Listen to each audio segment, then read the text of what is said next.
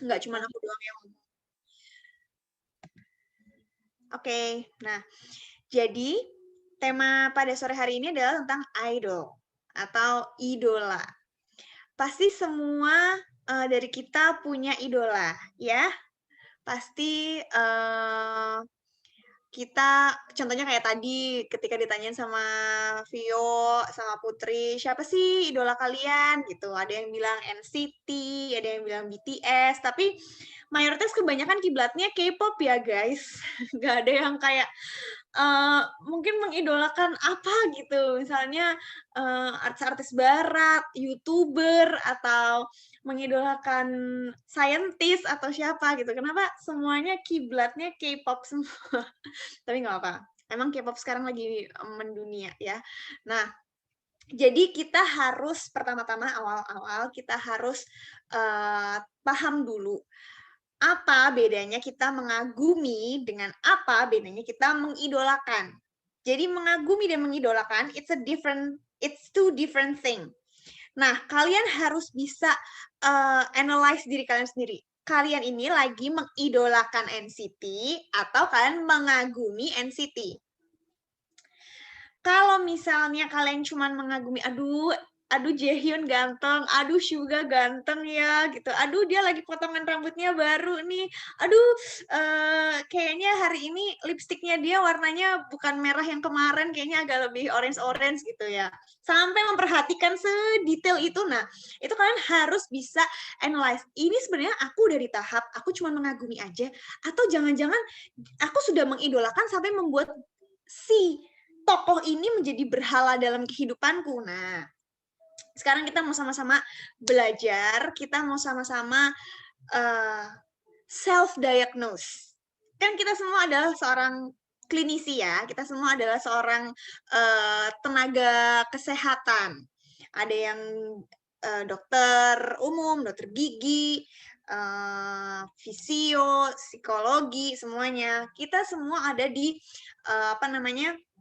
ranah tentang medis. Jadi sudah biasa kita untuk mendiagnosis sesuatu. Karena kalian setiap hari ketika dapat lecture, harus ada discussion, kan pasti selalu yang ditanyakan adalah bagaimana kalian mendiagnosis sebuah penyakit ini, kayak gitu. Nah, sekarang aku minta kalian self-diagnosed diri kalian sendiri.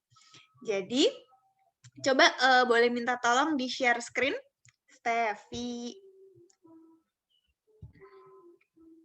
Nah, siapa yang nggak tahu cewek ini? Siapa sih ini? Siapa ayo? Marilyn Monroe, Kak. Betul, Marilyn Monroe. Wanita yang sangat cantik dan modis pada zamannya. Nah, kalian tahu nggak saya ngomongnya. Marilyn Monroe ini dulu itu cewek-cewek itu kiblatnya tuh dia loh. Kiblat cantik itu Marilyn Monroe. Sekarang kiblat cantik siapa ya? Ayu Hapsari bukan? Ayu Hapsari, Kak. Bukan. Aduh, jangan dong. Ini di record ya, nanti ditonton seluruh Indonesia, malu aku. Ya, jadi mungkin sekarang kiblat cantik siapa ya? Dian Sastro, ya kan? Kalau Indonesia. Atau siapa kiblat cantik luar? Siapa? Dua Lipa atau siapa gitu ya misalnya. Nggak tahu aku. Nah, dulu tuh Marilyn Monroe tuh kiblatnya kecantikan para wanita. Tapi kalian tahu nggak kenapa Marilyn Monroe sampai akhirnya dia meninggal? Cause of death-nya si Marilyn Monroe ini apa? Ada yang tahu nggak? Nggak tahu. Marilyn Monroe itu dia meninggal karena dia, betul Marcel, overdose. Dia menggunakan barbiturat terlalu banyak. Jadi dia pakai psikotropik, barbiturat sampai akhirnya dia overdose, sampai akhirnya dia meninggal. Nah, coba next slide. Kalau tadi Marilyn Monroe, ini nggak mungkin nggak tahu juga. Kok mantap? Jangan dicoba ya. Ini aku nggak lagi nyuruh kalian nyobain ini ya, bikin kalian nge-fly, nggak, bukan. Nah, ini siapa? Pasti kalian tahu. Michael Jackson. Ini juga legend. Ini juga idol pada masanya. Nggak ada yang nggak suka sama Michael Jackson. Semua lagu-lagunya Michael Jackson pasti orang tahu. Dan salah satu lagu yang paling hitsnya dia kan sering banget di cover sama orang-orang Heal the World kayak gitu kan. Nah, Michael Jackson banyak sekali karyanya dia, fashionnya dia itu diikutin, pakai topi, kaos, blazer kayak gitu kan. Moonwalk-nya dia juga jadi banyak diikutin oleh para dancer kayak gitu. Tapi balik lagi, kita lihat di akhir hidupnya dia. Yang kita mau lihat itu semua sepanjang hidupnya dia, memang banyak dia membuat karya. Tapi bagaimana dia mengakhiri hidupnya? Apakah menjadi berkat? Michael Jackson juga dia meninggal karena overdose. Dia terlalu banyak pakai benzodiazepin, propofol, itu semua obat-obatan psikotropik ya. Kalau yang koas-koas ya, kalau lewat stase psikiatri pasti udah tahu. Yang susah tidur, kasihin alprazolam, midazolam. Nah, itu dia benzodiazepinnya. Jadi Michael Jackson banyak pakai itu. Karena apa? Mungkin stres. Dia terlalu banyak tuntutan. Aduh, gue harus bikin karya apa lagi? Aduh, habis ini gue harus bikin karya apa lagi? Sehingga ketika stres, dopingnya itu, dia pakai psikotropika. Next. Siapa lagi nih kita mau lihat? Nah, si Mbak dengan suara emasnya, idola. Aku juga mengidolakan si Mbak ini. Siapa yang nggak tahu? Ini siapa yo? Apa sih lagunya? Aku lupa ya. When You Believe bukan sih? Bukan, itu Mariah Carey. Salah. Whitney Houston, betul. Ih, Selin nih hebat. Nanti Selin aku kasih coklat ya. Aku transfer OVO. Oke, Whitney Houston. Whitney Houston suaranya sangat merdu. Kalian pernah mikir nggak dia makan gorengan? I will always love you. Betul. I will always love you. Kalian pernah mikir nggak sih Whitney Houston ini makan gorengan nggak sih? Suaranya tuh bisa merdu banget, nggak ada falsnya sama sekali. Lagu-lagunya dia semua hits. Sampai sekarang lagu-lagunya dia pasti banyak masih dinyanyiin sama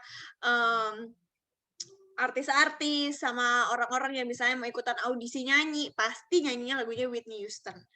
Tapi balik lagi kita lihat, karyanya yang diidolakan, karyanya yang dikagum-kagumi oleh para orang-orang. Apakah di ujung akhir hidupnya dia memuliakan Tuhan? Apakah di ujung akhir hidupnya dia memberikan berkat untuk orang? Whitney Houston ini dia ditemukan menenggelamkan diri dalam bathtub di apartemennya karena dia pakai apa yo? Bob Marley. Cocaine. Jadi dia pakai cocaine, dia pakai ganja. Dan sampai akhirnya ketika dia terlalu overdose pakai cocaine, dia punya penyakit jantung. Coronary artery disease, ditemukan sama dokter yang memvonis, dokter forensiknya bilang bahwa ini penyebab kematiannya adalah karena CAD, coronary artery disease. Lihat, semua idol-idol, semua orang-orang besar, namanya kalau kalian cari di Wikipedia, cari di Google, kalian ketik WHI aja udah keluar Whitney Houston. Nggak perlu kalian ketik sampai lengkap Whitney Houston. Michael Jackson, MICA, ya dia udah langsung keluar Michael Jackson. Saking mereka terlalu terkenalnya dengan karya-karyanya. Tapi mereka mengakhiri kehidupan mereka tidak dengan memuliakan nama Tuhan. Mereka mengakhiri hidup mereka justru tidak jadi berkat. Di akhir hidup mereka itu bukan kesaksian yang baik. Next, ini dari tadi adalah idol-idol yang sudah meninggal ya. Nah, sekarang aku mau ngomong idol yang masih ada sampai sekarang nih. Siapa yang nggak tahu ini? Siapa yang bisa nyanyiin lagu barunya? Ayo, aku transfer OVO 100.000. Dari awal sampai akhir, ayo. BTS, Siapa di sini? Ayo coba pakai reactions nih, pakai reactions. Aku mau lihat raise hands. Gimana sih cara ngelihatnya ini semuanya participants-nya? Coba raise hands yang suka BTS, raise hands pakai reactions ini. Pasti banyak. Oh, nggak ada. Oh, Putri pakai Last Track. Oke. Aku juga suka BTS. Tapi itu sudah masa-masa kelam yang dulu. Ya. Dulu aku juga suka banget sama BTS. Nah, sekarang orang-orang juga akhirnya mengidolakan BTS ya, sampai beli posternya, sampai beli albumnya yang beratus-ratus ribu, sampai kalau aku nggak dapet photocard yang ini, si artis ini, aku beli albumnya sampai 7 biar dapet semua photocardnya kayak gitu. Sampai ada yang bela-belain subuh-subuh nonton mereka live show di mana segala macem kayak gitu. Nah, next lagi. Contoh-contoh idol yang lain. Ini baru saja terjadi. Siapa yang berhasil dapat BTS meal? Aku nggak berhasil. Siapa yang berhasil dapat BTS meal? Jujur Li, aku tidak berhasil karena aku jujur Li kasihan sekali dengan Bapak Gojek kalau misalnya mereka harus sampai hantem-hanteman untuk mendapatkan BTS meal ya. Ini lihat betapa orang benar-benar mengidolakan BTS. Sampai jadi seperti ini. Sampai rusuh, sampai ditutup. Padahal ini lagi zaman COVID loh. Sampai orang sebegitunya karena cuma mau makan chicken nugget. Padahal bisa goreng sendiri di rumah. Sampai sebegininya. Next. Idol apa lagi sih? Nah, adakah yang bermain ini? Kayaknya enggak ya. Anak siapa kayaknya nggak main saham ya. Kripto, Bitcoin, atau main dolar. Nggak ada kayaknya ya.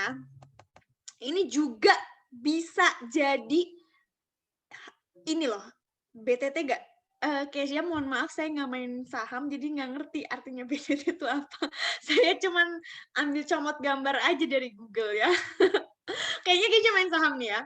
Ini kalau aku ngeliatin ya, orang-orang zaman sekarang itu main saham itu mantengin. Bangun tidur yang dilihat apa? Aduh, ini grafiknya naik apa turun nih? Yang dicari bukan Alkitab. Yang dicari bukan saat teduh dulu. Yang dicari grafiknya dulu.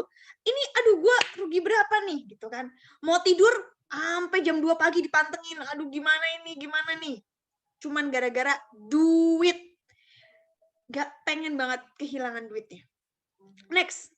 Apalagi yang bisa jadi berhala? Yang bisa jadi idol? Nah, ini mungkin cowok-cowok. Sekarang lagi ini ya, lagi masanya Euro Cup 2020. Ada nggak nih cowok-cowok nih sampai rela begadang cuman buat nontonin Euro 2020, disuruh doa puasa 7 hari 7 malam ngantuk. Ayo, disuruh nonton Euro 2020, negaranya lagi main, nggak ngantuk sama sekali. Itu dia. Coba next lagi. Ada lagi contohnya. Apa itu? Klik. Nah, kalau ini aku jamin 99% hampir mungkin dari kita semua mengidolakan benda ini. Handphone. Sekarang nggak ada namanya kirim surat pakai merpati. Nggak ada namanya kirim surat pakai tukang pos. Ya, itu mungkin nenek kakek kita masih. Sekarang kita apa-apa serba gampang. Nggak usah pesen taksi, Gojek udah ada. Makan, GoFood ada. Mau bayar apa segala macam, OVO udah, ada Dana, ada M-Banking, segala macam. Dulu orang masih harus jalan kaki, cari ATM, nuker duit dulu, buat ditransfer segala macam. Sekarang segala sesuatunya mudah cuma dalam satu genggaman tangan. Tapi pernah nggak kita realize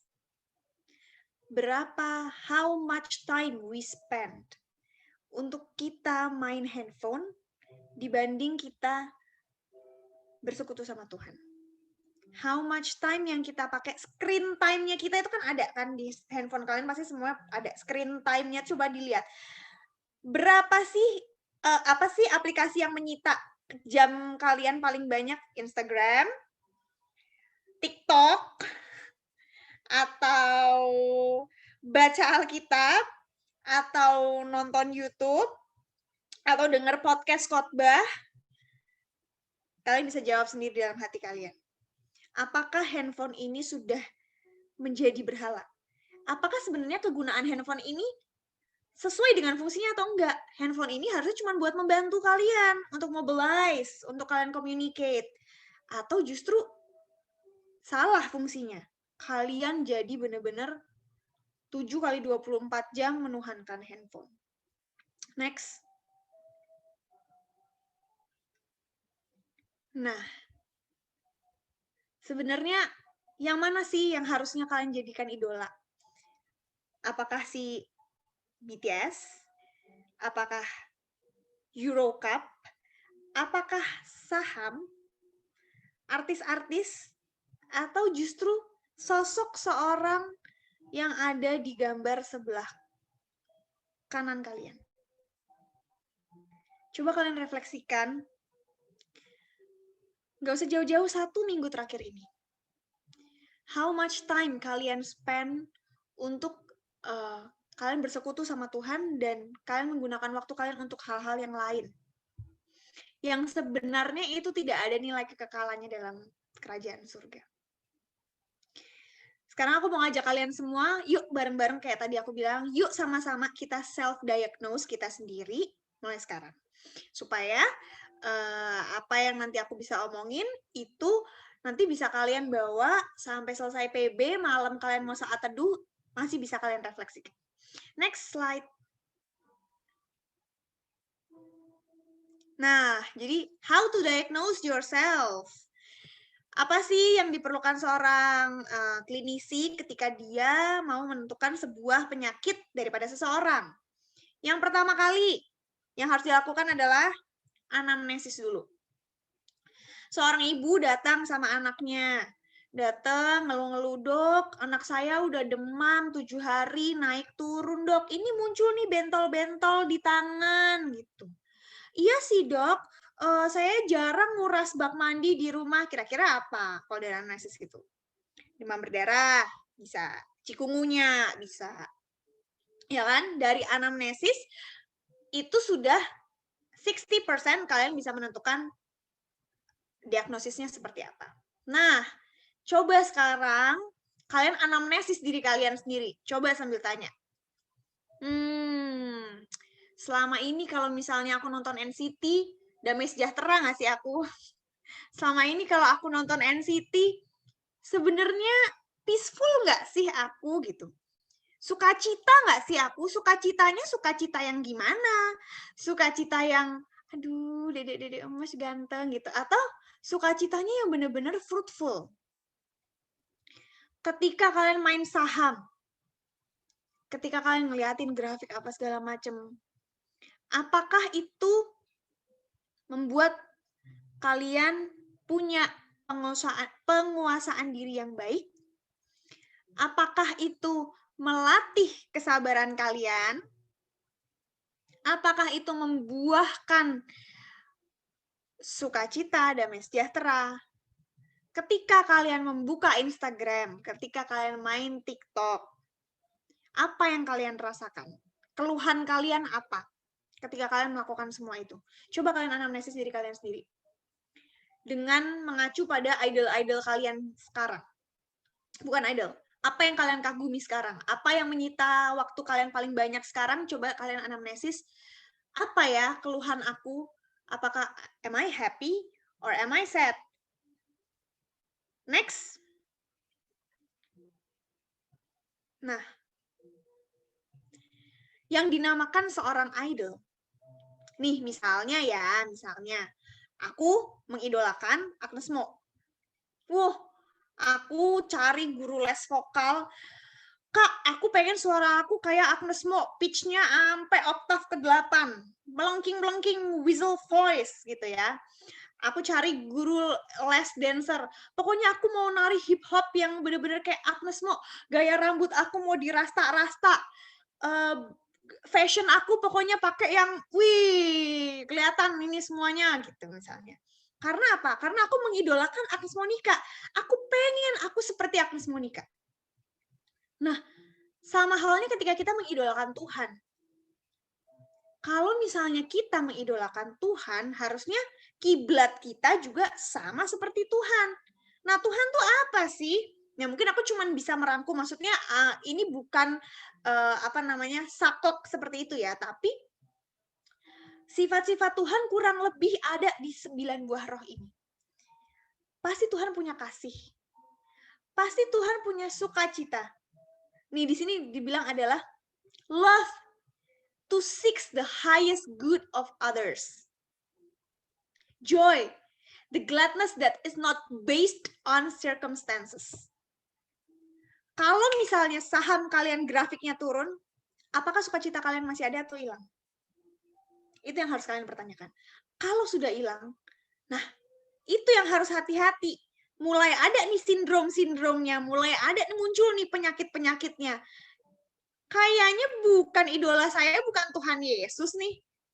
Peace, contentment, kepenuhan, fulfill, unity between people. Ketika misalnya saya nggak nonton, saya kelewatan BTS live show di James Corden Show, merasa peaceful nggak saya? Merasa masih konten nggak saya? Merasa masih penuh nggak saya? Patience. Tuhan itu sabar loh. Slow to speak and slow to anger. Misalnya, kalian lagi PDKT. Biasa ya. Sama gebetan kan gitu. Sok-sokan, aduh aku nggak balas deh, ntar deh aku balasnya biar ngechatnya masih lama gitu kan. Aduh 1 jam lagi aja deh aku balasnya. Nah, ntar gebetan kalian yang nungguin, ini gimana sih dia sebenarnya niat nggak sih deketin aku nih, kok 1 jam nggak dibalas-balas. Nah, kesabarannya udah mulai hilang dong, ya kan? Nah, mesti dipertanyakan. Jadi yang kamu idolakan sebenarnya pacar kamu, gebetan kamu, atau Tuhan? Kindness, goodness, faithfulness, kesetiaan. Nah, ini yang agak rancu ya. Apakah kalian setia? Anggapannya misalnya sama K-pop gitu ya, sama fandom kalian gitu ya misalnya. Oh, aku setia banget. BTS ada jadwal apa aja, aku udah catetin tuh di kalender. Jam segini nanti ada show ini, jam segini ada show ini. Aku setia banget, aku pantengin Kak. Bikin donasi apa? Donasi untuk ini. Aku kasih tuh koin untuk siapa gitu, aku kasih. Nah, apakah itu yang dinamakan kesetiaan? Atau kalian mengalihkan waktu-waktu itu, mengalihkan dana-dana yang kalian keluarkan untuk pekerjaan pelayanan Tuhan, untuk misi Tuhan. Kalian gunakan waktu untuk kalian nonton BTS, kalian pakai untuk doa sama Tuhan. Kalian KTB, muridkan anak KTB kalian. Gentleness dan self-control. Dari 9 ini, coba kalian anamnesis diri kalian. Udah belum ya aku punya 9 roh ini? Sepertinya kalau memang masih ada kurang 1, 2, ya itu sebenarnya wajar lah. Karena Tuhan itu kan sempurna. Kita nggak bisa seperti Tuhan. Tapi yang harus kita jadikan patokan, yang harus kita jadikan tolak ukur, bukan yang lain, tapi melainkan Tuhan. Supaya setiap hari kita itu bisa nilai diri kita sendiri. Oh, hari ini aku dapat nilai 5/10. Besok aku mau lebih baik lagi. Oh, nilai aku naik 6/10. Besok aku mau lebih baik lagi. Aku mau belajar dari Tuhan lagi. Oh, nilai aku jadi 7/10. Sehingga akhirnya nanti kita naik level. Next. Setelah kita anamnesis diri kita sendiri, biasanya apa yang dilakukan oleh dokter? Karena anamnesis itu adalah subjektif, kita harus cari objektifnya. Objektifnya apa? Clinical examination, physical examination, lakukan pemeriksaan fisik. Coba dilihat, bener nggak itu ada bentol-bentol? Petekinya ada nggak?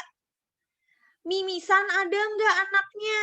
Bener demam nggak? Coba dicek suhunya. Suhunya berapa? 37,5 atau 36,2 sufebris. Atau justru 39, bener-bener demam. Coba dilihat, ada nggak nyeri ulu hati, nyeri perut, mialgia contohnya. Nah, itu kan yang kita lihat secara objektif. Oh, benar, ternyata anak ini punya tuh gejalanya semua. Cocok diagnosisnya kalau dia demam berdarah. Nah, sekarang dari kita anamnesis diri kita sendiri, coba sekarang kita pemeriksaan fisik diri sendiri. Bener nggak kita udah kena sindrom-sindromnya duniawi atau kita kena sindrom-sindromnya surgawi? Coba next kita lihat. Ada 2 orang. Yang satu, dia senyum. Yang satu, dia murung. Tapi bisa nggak kita pastikan ketika kita balik itu kertas, apakah orang yang pegang kertas senyum, dia beneran senyum? Apakah orang yang pegang kertas murung, beneran dia murung? Atau justru dia tersenyum? Kita yang bisa diagnosis diri kita sendiri. Banyak orang, sebenarnya mereka menyimpan banyak kebencian. Tapi di luar karena mereka nggak mau nunjukin itu, mereka mencoba untuk looks happy. Ada juga orang di luar sana yang hahaha hihi, ketawa, tapi ketika dia masuk di dalam war room-nya dia sendiri, ketika dia lonely di dalam satu kamarnya dia sendiri, dia menangis, dia berseru sama Tuhan, segala macam. Ini yang bisa kita diagnose diri kita. Sinkron nggak sih apa yang kita rasakan dengan apa yang beneran ada di dalam diri kita? Ketika kita bilang, oh kita bersuka cita kok, bener nggak kita bersuka cita senantiasa? Yang kita katakan bukan bersuka cita sewaktu-waktu, tapi bersuka citalah senantiasa. Senantiasa it means all the time. Bener nggak kita suka citanya tuh all the time atau cuma di saat-saat tertentu aja? Next. Setelah kita lakukan pemeriksaan fisik, biasanya dokter apa? Ini ya, biasanya dokter anjurin, oh ya udah, bener nih, ada demam, ada bercak-bercak kemerahan. Coba sekarang kita cek deh darah NS1, bener nggak NS1-nya positif?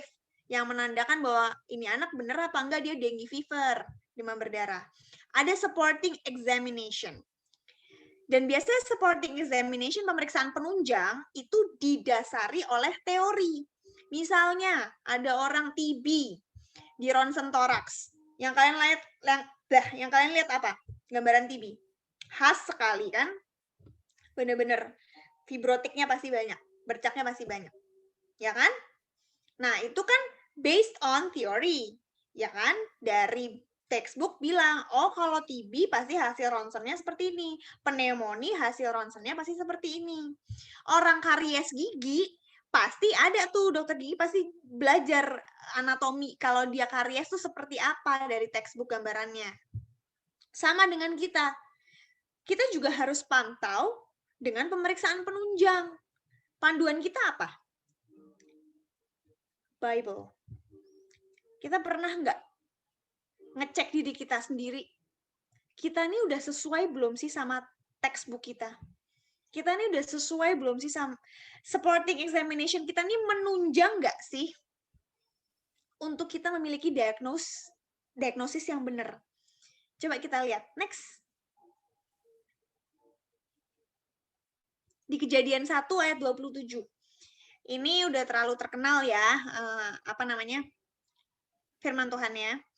Dikatakan, maka Allah menciptakan manusia itu menurut gambar BTS. Apakah gitu? Menurut gambar Bitcoin. Atau menurut gambar Whitney Houston. Enggak. Menurut gambarnya. N-nya besar berarti menurut gambar Allah. Menurut gambar Allah diciptakannya dia, laki-laki dan perempuan diciptakannya mereka. Tuhan menciptakan manusia itu menurut gambar dan rupa Tuhan. Seorang pelukis atau mungkin yang pemahat, ketika dia membuat sebuah karya, dan itu dilihat orang. Orang pasti akan, kalau bagus, orang pasti akan memuji siapa? Penciptanya. Waduh, ini lukisan bagus sekali loh. Ini estetik. Ya itulah pokoknya, aku bukan anak art jadi nggak bisa mengkomentari. Intinya, ya baguslah gitu. Yang akan dipuji siapa? Pasti dicari, ini siapa sih yang ngelukis? Gitu. Pasti dicari, pelukisnya siapa? Pasti pelukisnya akan di-congratulate. Aduh ini bagus banget ini lukisannya. Aduh, pahatannya ini bagus sekali gitu kan. Sama dengan kita. Kita bisa self-diagnose kita sendiri dengan supporting examinations yang ditinjau dari Alkitab dan bisa dinilai dari orang lain. Siapa? Pacar kita boleh, orang tua kita boleh, teman KTB boleh, teman kuliah boleh. Tanya sama mereka, aku gimana sih? Aku udah sesuai belum sama gambarannya Tuhan? Sifat-sifat aku udah oke belum? Bagus nggak? Kalau bagus, pasti orang-orang di sekitar kita akan congratulate kita. Siapa sih pencipta kamu? Kamu bagus sekali loh. Kesabaran kamu top. Penguasaan diri kamu oke kalau di jalan. Apalagi jalanan Bali ya. Semua diklakson, tapi penguasaan diri kamu bagus. Kamu nggak pernah mengeluarkan kata-kata kotor kalau disalib. Kamu tetap menaati traffic light. Merah ya merah, hijau ya hijau. Kamu sabar banget. Aduh, kamu kok penuh dengan sukacita sih tiap hari. Siapa sih pencipta kamu? Pasti orang-orang di sekitar kita akan notice. Kalau kita benar-benar menunjukkan 9 buah roh itu. Next. Selain di Kejadian, kita lihat lagi di kitab kedua, yaitu Keluaran. Keluaran 20 ayat 1 sampai 6. Ini juga udah terkenal, pasti kalian semua hafal. 10 perintah Allah. Lalu Allah mengucapkan segala firman ini, akulah Tuhan Allahmu yang membawa engkau keluar dari tanah Mesir, dari tempat perbudakan. Next. Jangan ada padamu Allah lain. Ingat, lihat nih. A-nya beda loh sama A yang pertama tadi. Ini A-nya kecil, tadi A-nya besar. It means different. Bukan Allah yang harusnya kita jadikan idol. Ini Allah cuman kecil. Yang satunya A-nya besar, menunjukkan kekuatan Allah yang A-nya besar ini sangat besar. A yang kecil ini nggak punya kuasa apa-apa. Di hadapanku, jangan membuat bagimu patung yang menyerupai apapun yang ada di langit di atas, atau yang ada di bumi di bawah, atau yang ada di dalam air di bawah bumi. Next. Next. Klik-klik. Nge-lag ya. Jangan sujud menyembah kepadanya atau beribadah kepadanya, sebab aku, A-nya besar, it means Tuhan, Allahmu adalah Allah yang cemburu. Bukan cuma pacar yang jealous, Tuhan juga bisa jealous kalau kita udah mulai melupakan Tuhan. Kalau ada maunya aja nyarinya Tuhan. Giliran udah seneng-seneng sama pacar, susah sama Tuhan. Itu durhaka ya, jangan seperti itu ya. Yang membalaskan kesalahan Bapa kepada anak-anaknya, kepada keturunan yang ketiga dan keempat dari orang-orang yang membenci aku. Next, ayat ke-6. Tetapi aku menunjukkan kasih setia. Salah satu buah roh. Kasih dan kesetiaan. Kepada beribu-ribu orang, yaitu mereka yang mengasihi aku dan yang berpegang pada perintah-perintahku. Ingat, Tuhan akan menunjukkan kasih dan setianya kepada siapa? Mereka yang mengasihi Tuhan dan yang berpegang pada perintahnya. Kalau kita nggak mengasihi Tuhan, kalau kita mengasihi Tuhannya on off, kalau kita berpegang pada perintahnya, kalau kita ngikutin perintahnya Tuhan on off, Tuhan juga nggak akan nunjukin kasih kesetiaannya. Next. Setelah kita sudah menilai diri kita, anamnesis sudah, diperiksa fisiknya udah, pemeriksaan penunjang udah. Yang terakhir, kita sudah punya data lengkap nih semua. Kita tinggal diagnosis. Kita tinggal Ketok palu. Next. Diagnose yourself. Which one are you? Apakah kamu adalah klik. Aku kasih istilah baru ya. Tapi ini tidak dipatenkan oleh WHO, ini dipatenkan oleh Ayu Hapsari. WCS atau klik HCS. Sekarang kamu lagi di sindrom yang mana nih? Worldly centered syndrome atau kamu heavenly centered syndrome? Kamu yang bisa diagnose diri kamu sendiri, kamu yang bisa tentukan siapa idol kamu sebenarnya dalam hidup ini sekarang. Jadi, ketika kamu sudah mulai merasa, kayaknya aku udah nggak bener nih, kayaknya aku udah mulai WCS nih, cepet-cepet balik ke HCS, cepet-cepet belok lagi ke sindrom yang benar. Jadi setiap dari kehidupan kita harus cepat, kita harus early diagnose diri kita sendiri. Ketika kita sudah merasa, kayaknya aku udah nggak benar. Nih ya, yang membedakan worldly centered syndrome dengan heavenly centered syndrome adalah benefit. Ketika kita mengidolakan sesuatu yang fana, ketika kita mengidolakan sesuatu yang itu duniawi, itu nggak eternal, itu hanya memberikan benefit kecil, hanya memberikan keuntungan kecil. Tapi ketika kita benar-benar menaruh prioritas kita mengidolakan seseorang yang tepat, ketika kita centered kita adalah Tuhan, kita akan lihat, kita mendapatkan apa? Kekekalan, sesuatu yang eternal, kehidupan yang kekal. Dan itu benefitnya jauh melebihi apapun. Jadi jangan sampai kita punya worldly centered syndrome karena susah diterapinya nanti. Ketika kita sudah mulai ada di zona WCS ini, cepat balik, cepat direhab, cepat dikembaliin ke heavenly centered syndrome. Aku harap setelah ini nggak cuma kalian dengar di PB ini, besok-besok mulai early diagnose diri kalian sendiri. Aku di worldly centered syndrome, atau aku lagi di heavenly centered syndrome nih. Kalau aku lagi ada di zona merah nih, makanya aku kasih warna merah. Kalau aku ada di zona merah, semua yang namanya zona merah itu kayaknya jelek-jelek ya. COVID zona merah, Jakarta zona merah, ya kan? Semua orang mau mati di sini. Ketika aku udah ada di zona merah, jangan terlalu lama berkutat di situ. Cepet terapi diri kamu sendiri, cepet rehab diri kamu sendiri. Balik ke zona hijau, ke zona aman. Kita di dunia kedokteran punya namanya triase. Triase merah itu semua pasien-pasien jelek. Semua pasien-pasien mau sekarat.